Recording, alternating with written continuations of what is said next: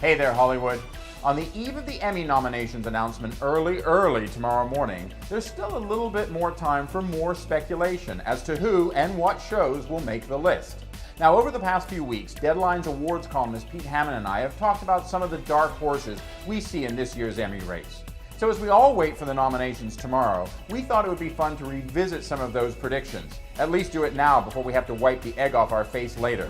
Oh, drama-wise, in the lead actor category, it is so impossible. Well, you know, a lot of people are saying it's Matthew McConaughey or Woody Harrelson. And they're both probably going to get nominated. Who do you think is going to be the dark horse? Well, I think the dark horse may come from a network show, the very popular The Blacklist, because James Spader, I think, is actually pretty strong here, and people really like him. What about FX and The Americans and Matthew Rice? Yes, and he's definitely one that deserves this. Last year he didn't get it. This is a lot of competition. Somebody's getting screwed here. I'm not sure who it is. Drama actress has a lot of people, and Juliana Margulies, everybody's saying it's her year again for The Good Wife. And Claire Danes is always there. Claire Danes, it's always her year. She's won the last 2 years in a row. You deserve it. There's a little show on Showtime called Masters of Sex. Lizzie Kaplan is just sensational in that, and she could be a dark horse. There's another actress too, Tatiana Maslany in Orphan Black. She didn't get Emmy nominated last year. They felt guilty about it. Shifting from drama to comedy, what do you think in terms of actor? I think it's a guy named Thomas Middleditch in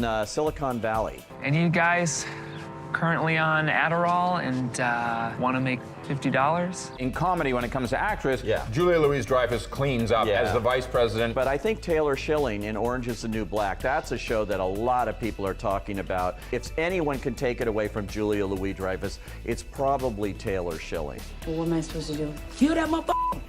Ow! Let's shift around a little bit. What are you thinking in terms of comedy? My comedy dark horse is kind of a strange one because it's the #1 comedy on television. You're not talking about Big Bang? I'm talking about Big Bang You really Theory. think so? I think it's time for that to win. And with Bob Newhart making various appearances, it got a lot of people's attention. Yeah, and that show is just ripe and ready. Chuck Lorre has never won the comedy series Emmy. That's amazing. I think this could be his chance. That's my dark horse to win. I'm sure it'll get nominated. Drama, who's the dark horse? I think the dark horse here could be FX's great dramatic series, The Americans. They put a lot of advertising behind this show to make sure that voters actually see it. You understand, you make any noise, I will kill you immediately. Can you see anybody else? I mean, there's a lot of new shows. There is a fan favorite among voters that I've detected, and that's Ray Donovan. Well, people love that because it takes place in Hollywood. That's right, and it's solid. It's really solid with great actors, Liev Schreiber and, of course, Jon Voight. But I think that the show itself could find itself in that little dark horse slot. So what do you think it's going to be for the movie? Larry David did a movie called Clear History for HBO. It was very funny. John Hamm was even in it. A lot of people,